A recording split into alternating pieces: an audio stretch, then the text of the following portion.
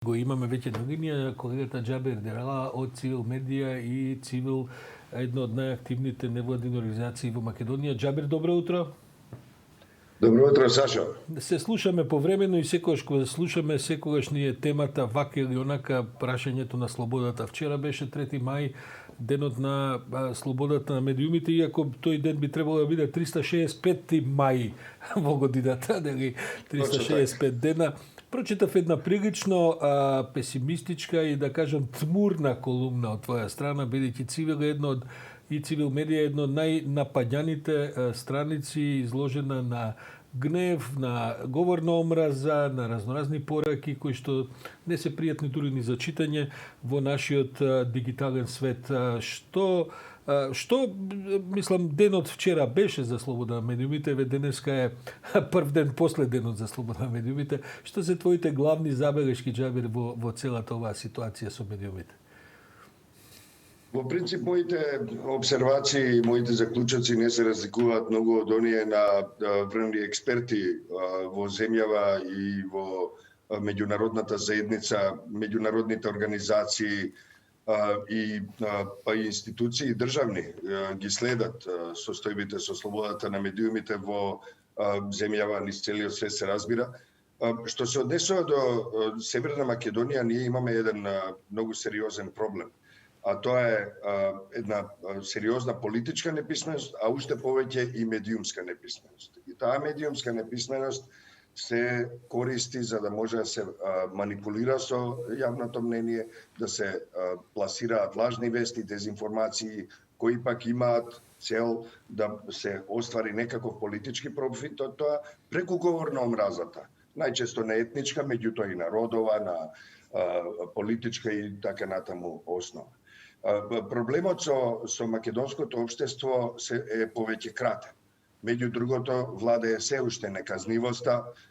Едноставно имате ситуација во која бившите добро познати перјаници на режимот на Груевски се уште без никаков проблем пласираат ужасно вулгарен и напаѓачки говор во јавната сфера, во јавната комуникација, и тоа не само на социјалните мрежи, туку и на дел од медиумите. Џабер, ако смеам да ти упаднам, до пред 3-4 години овие сите меѓународни релевантни и домашни извештаи кои се занимаваат со состојбата на медиумите констатираа и беа загрижени за разни упади и нарушување на слободата од страна на државата. Како таа држава замина во опозиција, сега под наводници држава, така се пресели фокусот на сите меѓународни извештаи. Веќе никој не говори за тоа дека овдека системски се подкопува слободата на медиумите, туку оние што тоа го правеа додека беа на власт, сега го прават со ширење на говор на омраза, дезинформации и што е најверојатно страшно, полувистини, бидејќи лесно е кога се расправа човек со лаги, односно доволно е тешко, но кога се расправа со полувистини, тоа е вистинскиот предизвик да се излезе на крај. Претпоставам дека на тоа мислиш и тоа се гледа и во овие меѓународни домашни извештаи како се пресели тежиштето на критиката. Во тие извештаи ние напредуваме неколку години поред, но сепак се чини дека говорот на омраза само доби на сила. Дури не би рекол дека Точно така. И тука би сакал до втората поента да стигнам, затоа што очигледно е, веќе е добро истражено дека оваа пропаганда, без оглед на тоа дали вие се наоѓате во опозиција или на власт, вие можете да користите и алтернативни извори на средства и алтернативни начини да ја пласирате својата црна пропаганда.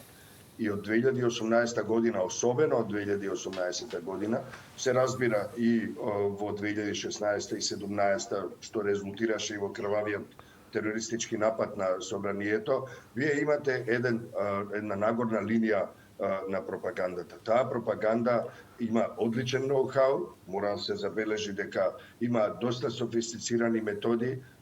Не зборувам за оваа, што би рекле колумнистите, ситна боранија на социјалните мрежи, зборувам за една многу повисоко софистицирана пропаганда која се води и надвор од границите на нашата земја. Работата е во тоа што сега се случува, сега бидејќи нашата организација и го мониторира и прибира пријави, искрено ви кажам, јас не го знам веќе бројот на функционери на партијата на власт, кои не се јавиле во цивил да се пожалат дека и се мета на говор на омразата. Забележувате која е разликата. Ако вие имате ситуација во која режимот можете да настрадате многу сериозно и при тоа да истурат врз вас лавина од обвинувања и омраза, токму заради тоа што ве затвориле, ве малтретирале без основа, и нели знаеме дека затварале новинари, затвараа новинари, постои сомнение дека и убиваа и така натаму. Тоа е разликата. Исто така имате еден многу сериозен проблем во земјата, тоа е дека оние што се во ситуација да бегаат од правдата, да ја манипулираат државата, да работат во интереси на други центри на моќта, имаат доволно средства и финансиски, и технички, и човечки ресурси да можат да лансираат кампања во кое сакате време, која е многу успешна. И тие се заснуваат на искуства кои се познати во светот. После еден многу сериозен проблем имаше дури и американската демократија со нападот на 6 јануари. Имате ситуација во која тие пропагандни центри се подобро поврзани и се финансирани од влади, од системи. Заради тоа вие имате една кревка коалиција на власт која е многу попустлива според одредени, според други нема доволно капацитет и според трети нешто друго. Меѓутоа имате една многу силна машинерија. Добро, Џабир, го следам ова што го говориш, се разбира, тоа се сите забелешки се на место. Меѓутоа, што може всушност да се прави? Ние говориме за неказнивост, за тоа и не опоменуваат од странски организации. Како може човек всушност да се впушти во казнување или, не знам, во предупредување, во некаква смислена операција на ограничување на ширење говор на омраза по фејсбуци и по социјални мрежи, бидејќи тоа е тренд во светот, мислам, тоа е едноставно нешто што тешко се спречува, особено од страна на државата, и од друга страна точно да постојат организирани и добро финансирани системи чија задача е да шират лаги и полувистини, а и против тоа како човек може со државен апарат да се бори против тоа, а да не биде обвинет сега па за другата опасност, за гушење на слободата на медиумите и јавното изразување.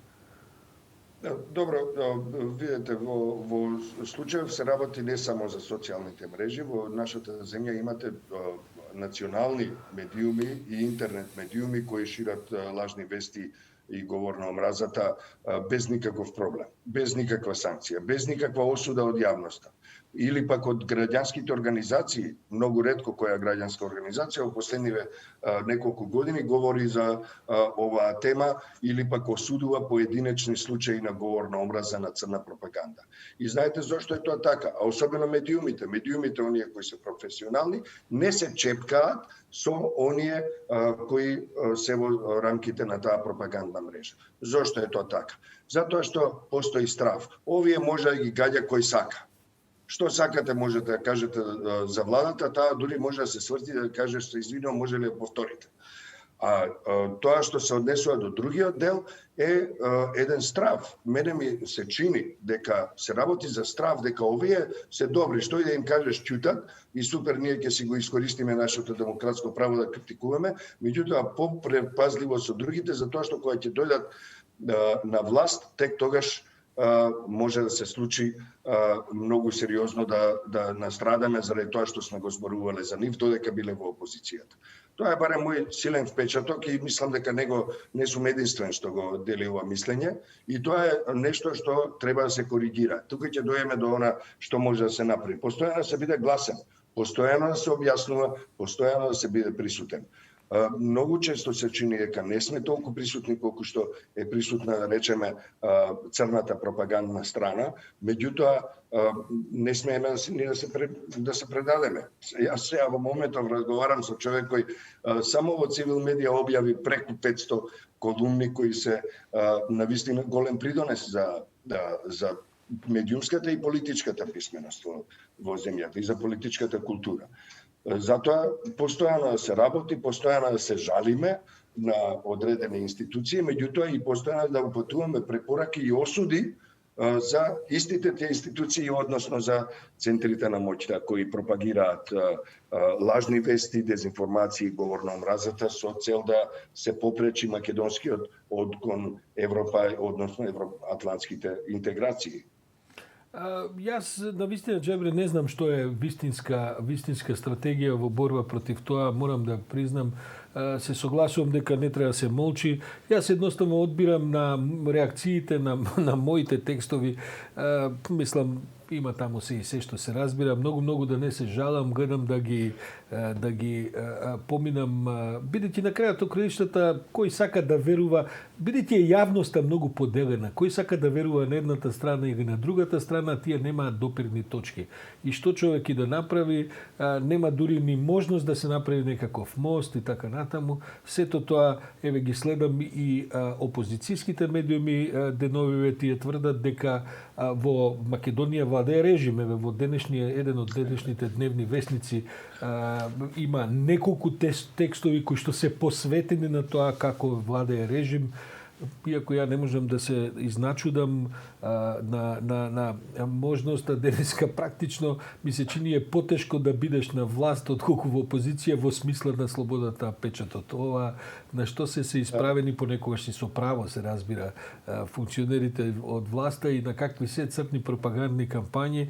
Тоа мислам дека како што реков, како што работеа во државата допред 3-4 години, само се преселија во опозицијата и ги сочуваат тие капацитети, се испоставува дека практично пропагандата е можеби денеска најважното политичко средство, па дури ни парламентот не е толку влијателен, кој би требал да биде центарот на демократијата во однос на тоа колку ќе инвестирате за да воспоставите 5-6 портали, 1-2 вестници и не знам 1-2 телевизиски станици и потоа практично да кроите политика во етерот. Точно така. И добро кажано, во една демократска земја, само дополнам тој дел од мислата, во една демократска земја секојаш е полесно да се биде во опозиција отколку на власт. Во овој случај, во нашиот случај се работи за една пропагандна активност која има многу пари за себе. Едноставно многу пари. И тоа е еден дел од истражувачките новинари доста успешно го разоткрија во 2018 година. И тоа е само еден многу мал дел од она што всушност се случува. Заради тоа системот мора да почне да работи. Ако не може на политички план, тогаш мора на безбедносно финансиски план да работи.